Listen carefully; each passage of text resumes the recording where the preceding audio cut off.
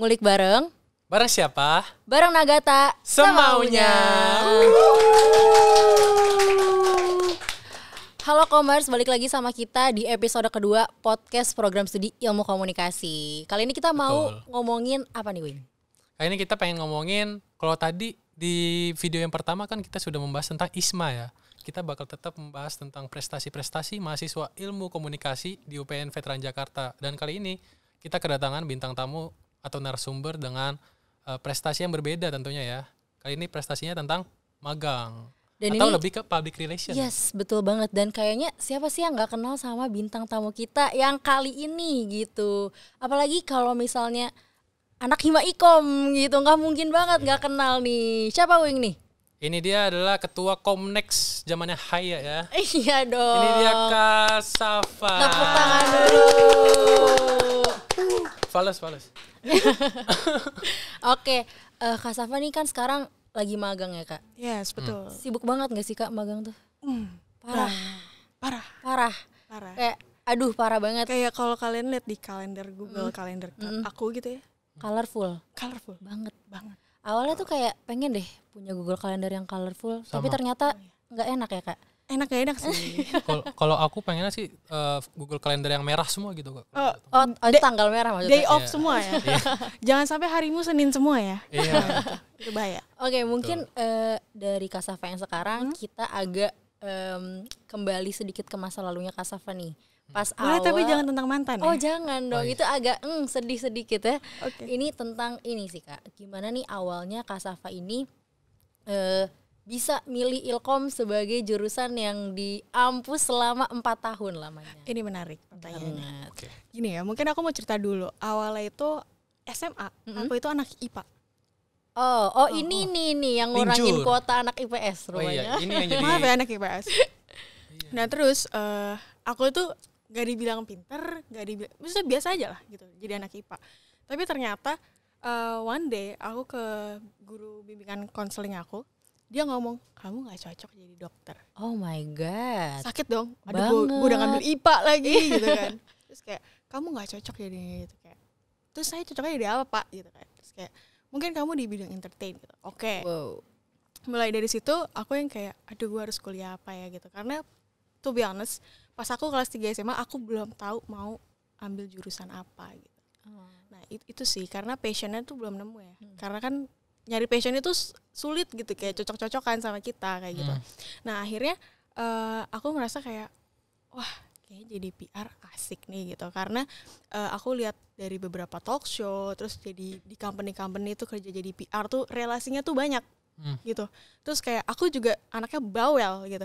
Iya. Cerewet. Kalau teman-teman yang kenal aku kayak cerewet banget sih.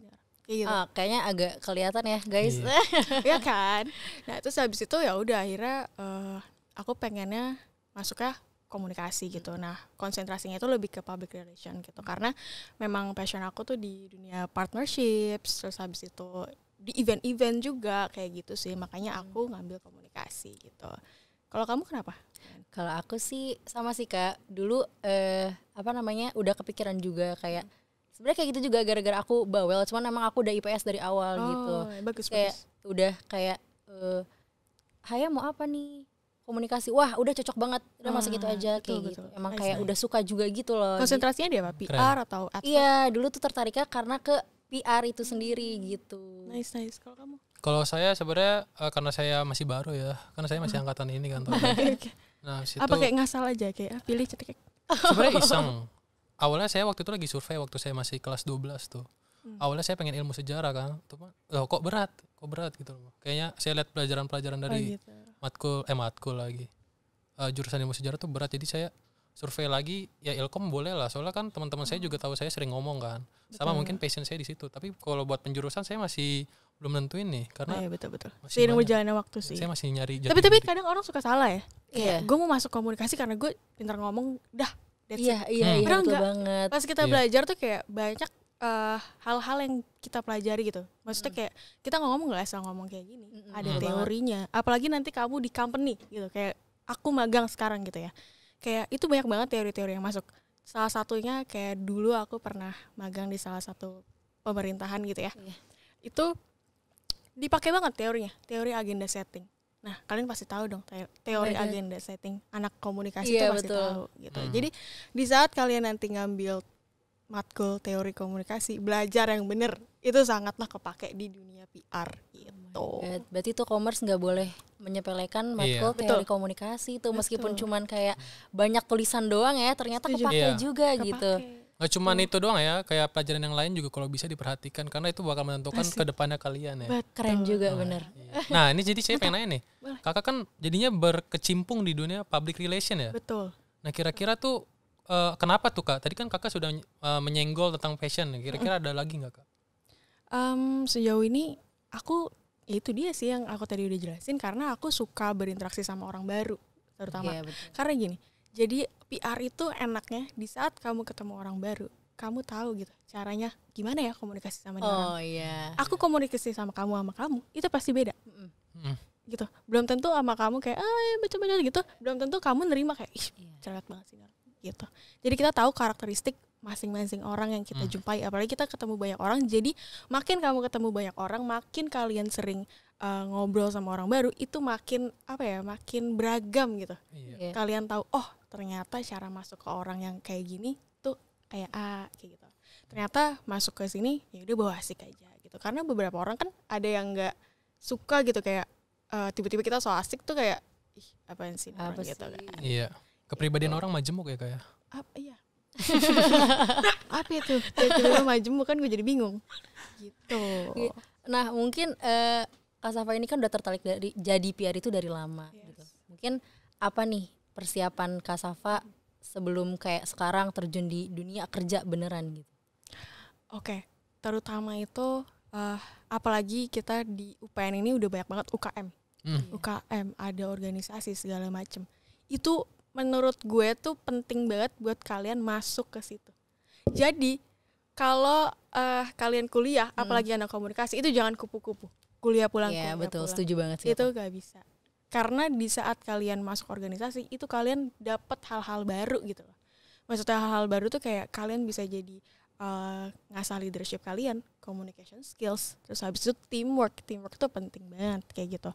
Jadi sebelum aku masuk ke dunia kerja kayak sekarang, itu pastinya aku thanks to Himaikom.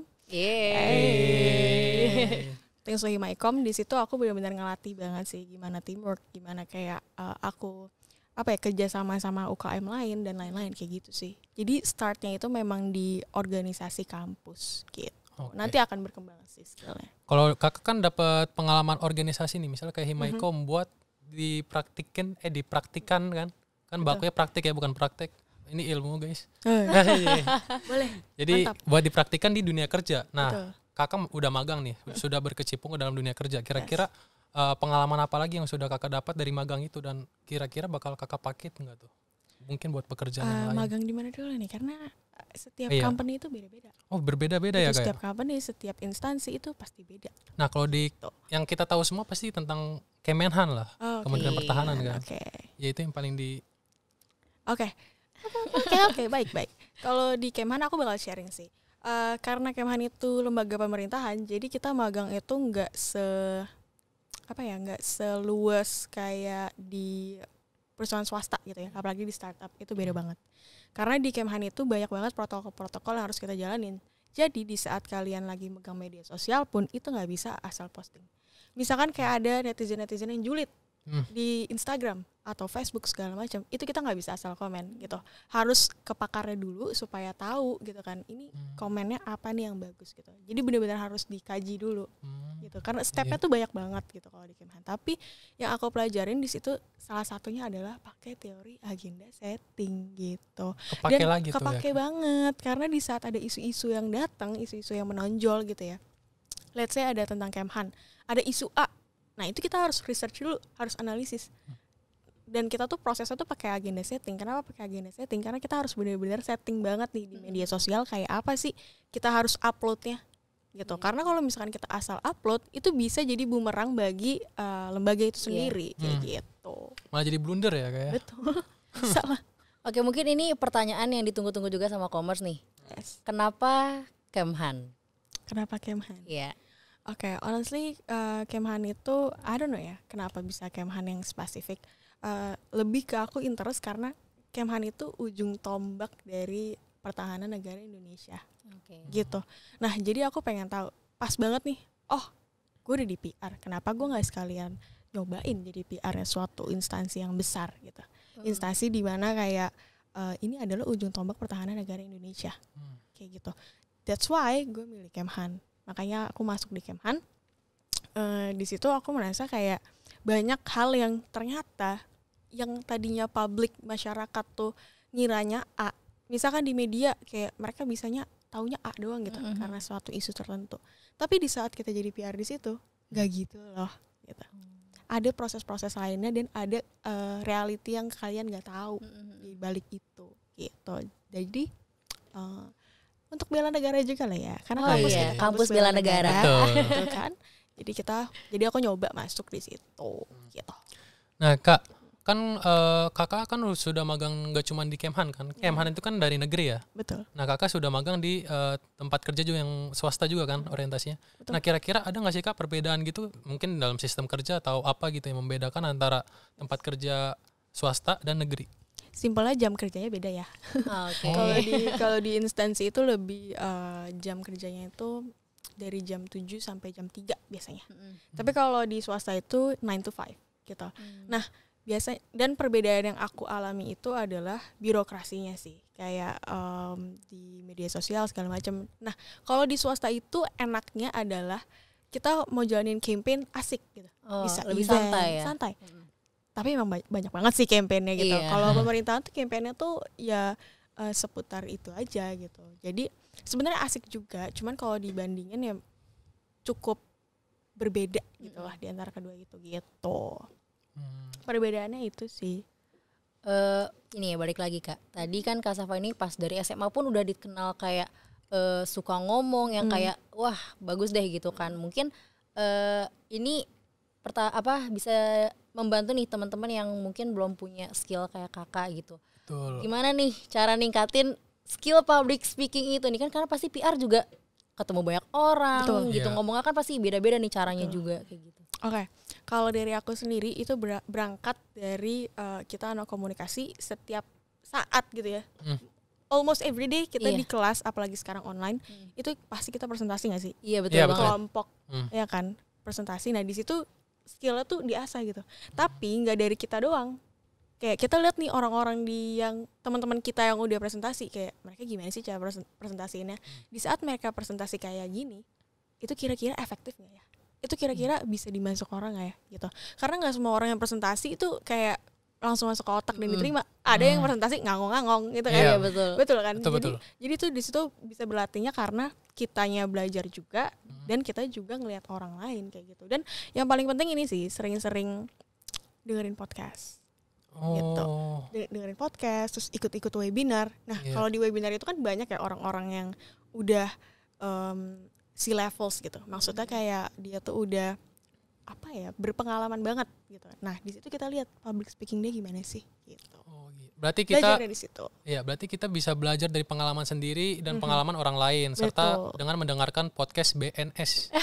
Sekalian promosi. Iya, promosi. Sama ini, ngomong depan kaca. Ngomong sendiri tuh Kak? Ngomong sendiri aja. Let's say aku besok ada presentasi.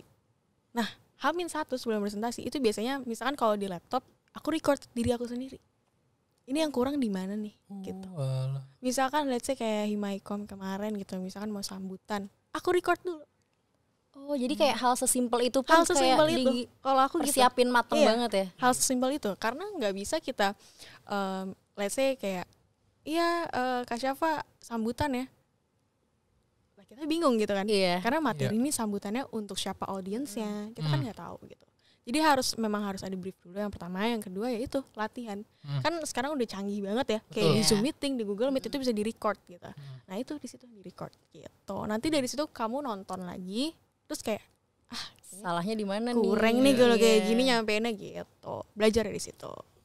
Oke nih kakak sudah lumayan lama lah magang atau berkecimpung di dunia public relation. Kira-kira kakak udah nemuin kesulitan apa aja sih Kak? Dan bagaimana kakak menangani kesulitan-kesulitan tersebut? Bentar ya, kalau kesulitan itu lebih ke waktu ya.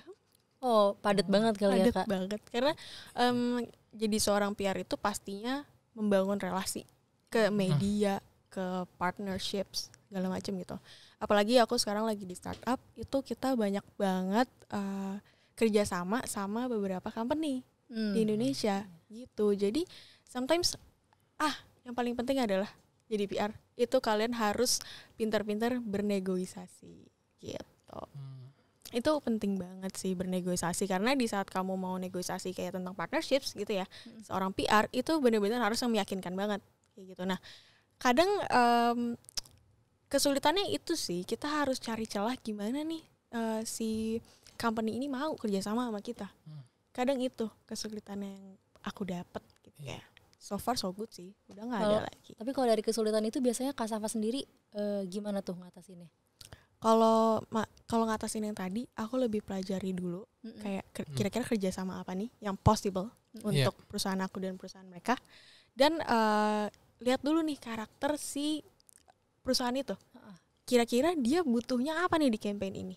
Misalkan dia mau rebranding, oke, kita kasih nih A gitu. Oke, kita kasih event yang gede biar lo bisa rebranding kayak gitu. Jadi problem solvingnya harus dimainin juga, researchnya juga harus dimainin kayak gitu. Itu cara nyelesain gitu ya kesulitannya kayak gitu. Berarti keren banget nih Wing, Kak Safa. Iya. Saya respect sama Kak Safa ya. Dan gitu dong, malu. Jangan malu. Bentar, tapi ya aku kepo deh. Apa Kalian tuh ini enggak lagi magang enggak? Belum sih Kak aku. Tapi pengen kan? Pengen banget. Pengen banget. Pengennya di mana? Di rumah. Mungkin maksudnya work from home Soalnya kan? kan di COVID saya juga kan lagi agak anxiety lah. Saya takut. anxiety. Iya, soalnya saya lihat kayak angka peningkatan COVID waktu itu naik kan, cuman Betul belakangan ini sih. saya lihat data udah turun lagi kan. Iya. Itu alasan aja apa gimana Iya, Wing? makanya tuh. Apa karena malas aja ngeluarin ongkos gitu kan? Iya nih. Belum dong. Saya juga masih belajar manajemen waktu Kak. Soalnya saya lihat teman saya yang manajemen aja dia belum bisa manajemen waktu. Kan manajemennya kalau manajemen keuangan ya. Iya juga sih. Agak beda ya. Kayak bingung nih. Gitu. Tapi saya berusaha untuk mempersiapkan diri menghadapi dunia pekerjaan pastinya Kak. Mantap, itu harus banget. Tapi kalau kelas online jangan tidur ya. Dengerin nggak Wing? Saya selalu seberusaha mungkin saya berusaha buat tetap melek gitu Kak. Bahkan saya waktu itu sempat lihat video yang viral kan yang ada bapak guru gitu yang matanya pakai fresker tau Kak? Nah, itu tuh dia bilang katanya. Nyoba juga. Saya nggak nyoba soalnya bapaknya di akhir video ngomong katanya nak jangan ditiru. Jadi saya nggak tiru. Oh iya betul. Kalau kamu pengennya magang di mana? Sebenarnya masih nggak tahu, cuman kalau ditanya pengennya kayak yang startup gitu sih kan.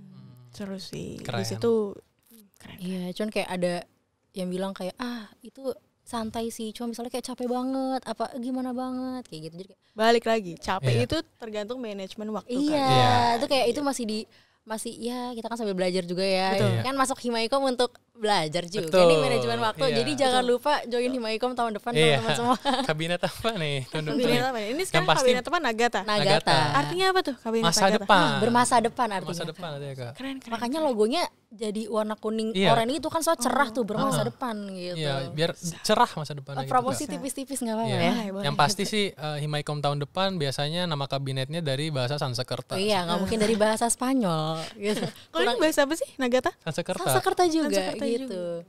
Ini ya kayak keturunan ya. Udah Setahu turun- saya turun-temurun gitu. tahun lalu juga bahasa Sanskerta kan Iya, taksa tuh sayap. Sayap. Taksa. Taksa. Oh iya. Taksa. Kalau aku tahu nggak? Kabinet aku namanya apa? Agak lupa saya nih. pokoknya bahasa Sagara. Sanskerta juga kan. Oh iya, Sagara. ya. Sagara. Sanskerta juga. Apa Sanskerta artinya? juga kan. Apa tuh, Kak? Apa ya? Berenang laut ya kayak. Berenang kemana? Lu nggak berenang kemana, Say? Takut banget berenang. Tapi laut kan Kak? Laut ombak gitu. Oh, kan. Coba tak. Del. Apa ya Del? Ketuanya Adela. Tolong. Tolong Kak Adela. Gitu. Itu mungkin itu tadi sekaligus jadi penutup kita nih. Pertanyaan terakhir. Pertanyaan terakhir. Penutup. Tapi sebelum nutup ngapain nih? Closing statement dulu dong pastinya dengan bahasa Yeay. Sanskerta kan. Enggak. Aku langsung out aja kalau Sanskerta ya. Mungkin ya bisa ngasih closing statement berupa motivasi atau Quotes gitu ya ya. quotes. Oke. Kalau dari aku sendiri ya, kita mahasiswa apalagi anak organisasi itu pasti capek. Iya. Iya. Tapi satu hal yang mau aku sampaikan, di saat kalian capek itu please banget jangan berhenti, tapi istirahat. Betul. Itu yang paling penting. Yang paling penting adalah di saat kalian capek itu istirahat, jangan berhenti. Betul, gitu. Kak. Karena harus dikejar terus mimpinya. Nggak apa-apa, mimpi itu yang tinggi aja, nggak masalah. Terus ya kalau kalian mau jadi PR itu sering-sering aja banyak ngomong gitu, dan nonton podcast, dengerin podcast, webinar itu penting banget sih. Kayak gitu. Habis tuh kasah skill kalian, that's it. Gitu. Jadi sesimpel itu guys, pokoknya Simpel itu, guys. don't stop when you're tired, but stop when you're done. Yes, Asik. asik.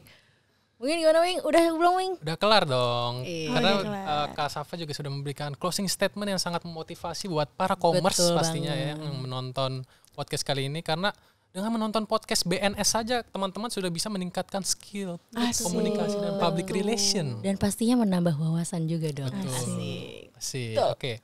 Jadi ya sekian ya. Sekian banget, sekian dari kita. Makasih banget buat Kak Safa yang udah Makasih hadir banget, ke Kak sini. Safa. Thank Makasih you. banget. Thank you loh. Oke, Ya. gue Haya. Gue Wowing. Sampai berjumpa di episode selanjutnya. Dadah.